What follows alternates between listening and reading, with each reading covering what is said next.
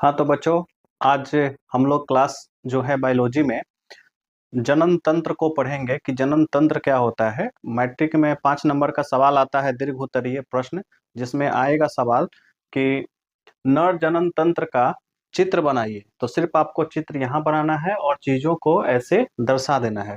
लेकिन अगर आता है कि सचित्र वर्णन करिए, तो आपको इसमें जितना भी चीज है, वृषण, वृषण कोश, अधिवृषण, शुक्रवाहिका, शुक्राशय, प्रोस्टेट ग्लैंड, काउपर ग्रंथि, सीसन, इन सब के बारे में डैश दे करके कुछ कुछ बातें लिखनी होंगी।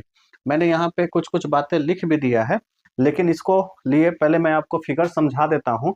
अगर आप फिगर को अच्छे से समझ लीजिएगा तो खुद से अपने मन से भी लिख दीजिएगा। देखिए, सबसे पहले क्या लिखना है आपको, ये देख रहे हैं यहाँ पर एक थैली है। उस थैली का नाम है वृषण कोश। उस थैली के अंदर वृषण होता है, उसकी संख्या 2 होती है। तो जब आप लिखिएगा तो आपको ऐसे लिखना है कि जो मानव का जनन अंग होता है वो ये होता है, वृषण होता है, सीसन नहीं होता है, वृषण होता है। क्यों होता है? तो देखिए, वृषण क्या है, आप ऐसे लिखिएगा, वृषण लिखिएगा, डैश दीजिएगा और लिखिएगा कि वृषण की संख्या 2 होती है। यह मानव का वास्तविक जनन अंग है जो शरीर के बाहर एक थैली में अवस्थित रहता है, जिसे हम लोग वृषण कोश कहते हैं। शुक्राणु का कार्य लिखिएगा। शुक्राणु का कार्य क्या है कि यह शुक्राणु का निर्माण करता है, टेस्टोस्टेरोन हार्मोन्स की उत्पत्ति करता है। तो ये काम है आपके वृषण का। वृषण की संख्या 2 होती है। 2 गोलाकार अंडा जैसा आकृति होता है, जिसको वृषण बोलते हैं। अच्छा, अब जब यहाँ पर शुक्राणु का निर्माण हो जाता है तो शुक्राणु यहाँ से बाहर इस पर निकलता है, इस पर यहाँ पे संग्रहित होता है, जमा होता है, जिसको अधिवृषण बोलते हैं। तो अधिवृषण क्या है? लगभग 6 मीटर लंबी कुंडलाकार नलिका होती है। वहां पर स्पर्म बनने के बाद यहाँ पे जमा होता है। लगभग 30 दिनों तक अधिवृषण में यहाँ वो जिंदा रहता है। ठीक है। अब अधिवृषण का काम क्या होता है? शुक्राणु को अपने पास जमा करना, मतलब संग्रहित करना, और शुक्राणु को यहाँ एक्टिव रखना, सक्रिय रखना। ठीक है, वृषण का काम इतना हो गया। यहाँ पे मैंने लिख भी दिया है वृषण। ठीक है।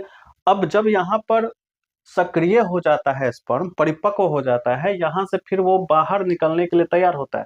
तो स्पर्म जिस रास्ते से निकलता है, स्पर्म को हिंदी में शुक्राणु बोलते हैं, तो शुक्राणु जिस रास्ते से बाहर निकलता है, जिस नली के द्वारा, उस नली को शुक्रवाहिका कहते हैं। ठीक है। स्पर्म यहाँ से शुक्र, और वाहिका मतलब होता है जहां से स्पर्म बाहर आता है। तो जिस रास्ता से बाहर आएगा उसको बोलते हैं शुक्रवाहिका। शुक्रवाहिका का बस इतना ही काम है। शुक्रवाहिका जब आगे आएगा तो आप यहाँ एक पत्ता जैसा संरचना देख रहे होंगे, छोटा सा, ये है शुक्राशय। शुक्राशय क्या करता है आपको कि यहाँ पर शुक्राशय एक चिपचिपा द्रव निकालता है जो स्पर्म में मिल जाता है। उस चिपचिपा द्रव जब यहाँ से आगे निकलता है स्पर्म के साथ, तो आप देखिएगा कि यहाँ पे 2 चीज है। ये मूत्राशय है जहां से मूत्र निकलता है बाहर। मूत्राशय के ठीक नीचे एक सुपारी के जैसा संरचना है जिसको प्रोस्टेट ग्रंथि बोलते हैं, हिंदी में पुरस्थ ग्रंथि बोलते हैं। पुरस्थ ग्रंथि से एक द्रव स्रावित होता है जिसमें एक विशेष प्रकार का गंध होता है। यानी कि जो शुक्राणु में एक विशेष प्रकार का, यहाँ पे जैसे शुक्राणु आता है एक विशेष प्रकार का गंध आता है। फिर शुक्राणु जब आगे बढ़ता है तो अब उसको शुक्राणु ना बोल करके अब उसको सीमेन बोला जाता है, वीर्य। ठीक है, ध्यान से समझिएगा। यहां तक जब वृषण से निकला था वो शुक्राणु था, लेकिन जैसे ही उसमें चिपचिपा गाढ़ा तरल द्रव मिल गया और एक विशेष प्रकार का गंध मिल गया इस प्रोस्टेट ग्लैंड से, तो अब उसको शुक्राणु ना बोल करके क्या बोलेंगे? सीमेन, यानी कि वीर्य बोलेंगे। फिर वो वीर्य जब आगे बढ़ेगा और इस काउपर ग्रंथि से भी एक चिपचिपा द्रव निकलता है जो क्षारीय होता है। तो अभी तक जो स्पर्म था उसको ये क्षारीय कर देगा। क्षारीय होने के बाद जब वीर्य इधर से सीमेन यहाँ से बाहर निकलेगा तो रास्ते में जलन या खुजली ना हो, ये क्षारीय द्रव क्या करता है? उसको जलन और खुजली से बचाता है। स्पर्म क्षारीय हो गया है, यानी बेस प्रवृत्ति का हो गया है। फिर वो इस रास्ते से मूत्र मार्ग के द्वारा होता हुआ सीसन में आएगा और सीसन से फिर बाहर मादा की योनि तक वीर्य को, स्पर्म को पहुंचा दिया जाएगा। ये इतना काम है। काउपर ग्रंथि तक समझ गए? मूत्र मार्ग। सीसन क्या है?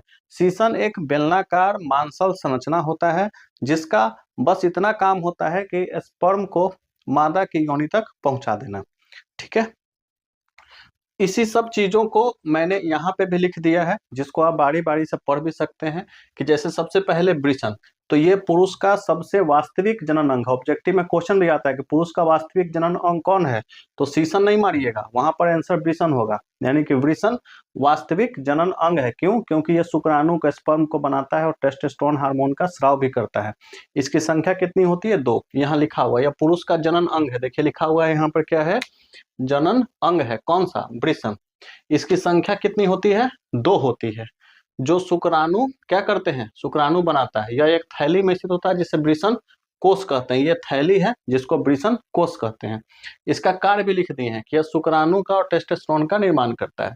अधिवृषण क्या है? अधिवृषण ये वाला है जो इसके ऊपर, ये वाला आप हिस्सा देख रहे हैं, ये है अधिवृषण, जिसको हम कलर कर रहे हैं।